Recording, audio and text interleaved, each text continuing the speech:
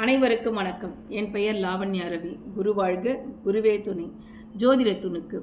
உத்திரம் நட்சத்திரத்தில் சூரியன், குரு, ராகு நிற்குமானால் நாகதோஷம் என்று பெயர். உத்திர நட்சத்திரத்தில் எந்த கிரகம் நின்றாலும் அவர்கள் உத்திர ரங்கநாதரை வணங்க சிறப்பு. குடியாத்தம் அருகில் உள்ள பள்ளிகொண்டாவில் உத்திர ரங்கநாதன் கோயில் சென்று அங்கு பிரம்மன் நாகதோஷ நிவர்த்திக்காக செய்யப்பட்ட யாகமாகின் பிரிந்த தம்பதியர் இணைய இத்தலத்திற்கு தம்பதி சமேதராக சென்று வணங்க பிரிந்தவர் சேர்ந்திடுவர். மனம் ஒத்த தம்பதிகளாக வாழ்ந்திடுவர்.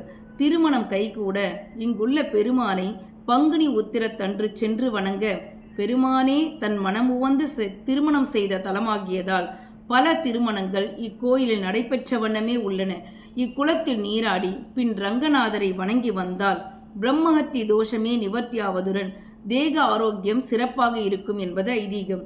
சூரியன், குரு நட்சத்திரத்தில் ராகு சம்பந்தப்பட்டால் இவர்கள் இங்கிருக்கக்கூடிய நாக தேவதைகள், அதாவது ராகு கேதுக்கள் தனியாக பிரதிஷ்டை செய்து இருக்கிறார்கள்.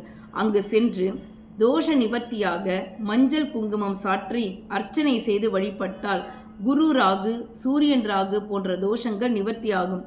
குறிப்பாக உத்திர நட்சத்திரத்தன்று சென்று வணங்கினால் தோஷ நிவர்த்தி கிடைக்கும். மேலும் ஜோதிட ஆலோசனைக்கு லாவண்யா ரவி. நன்றி, வணக்கம்.